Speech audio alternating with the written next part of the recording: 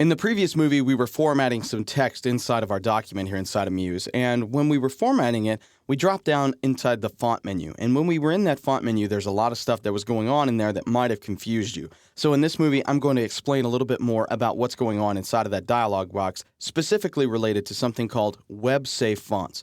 So let's go ahead and double-click on the About Me page here. And then what we're going to do is get in here to our text frame down here. Just double-click, and that'll automatically put your cursor in there. And then just come up here and drop down the font menu. And you'll notice that there are several different things. I've been working in Muse a little bit, so I've got some recently used fonts up here. I've also got some web fonts right now. You may not have anything right here, and that's totally okay. Check out right here, though, web-safe fonts and system fonts. And let's discuss exactly what these mean. So every computer comes with a lot of different fonts already on it. And those fonts are known as system fonts. And you'll notice underneath here where it says system fonts, it tells you that these are going to export out as images. Why is that? That's because most web browsers only support a small subset of fonts, and those are called web-safe fonts. So the fonts that most browsers include are these up here at the top: Arial, Comic Sans, Courier New, Geneva, Georgia, Helvetica, Lucida Sans, Palatino, Times, Trebuchet, and Verdana.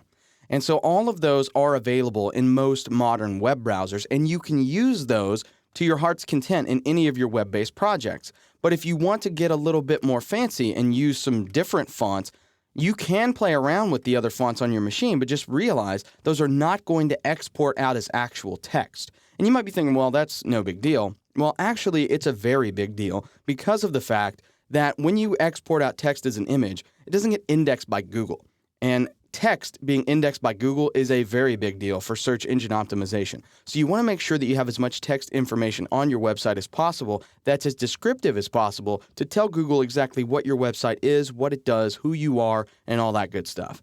So my suggestion is just to ignore that system fonts are even in this dialog box whatsoever. There is a section called Web Fonts, which we'll talk about in another movie, where you can add some fancier typography options to your website. So I would just argue that you should stay within web-safe fonts and web fonts up here at the top and completely ignore these at the bottom. Now, why do I say that? I say that for two very specific reasons. Images take a long time to load, and Google likes text better than it does images. And those are reasons enough to steer clear of what's going on down here. So remember, anytime you're trying to change up the font while you're in Muse, just stick within this little window right here, web-safe fonts, or use these web fonts up here at the top, which we'll talk about here in a minute. It's going to save you a lot of headache, and it's going to make your website that much more accessible and better looking to the people that view it.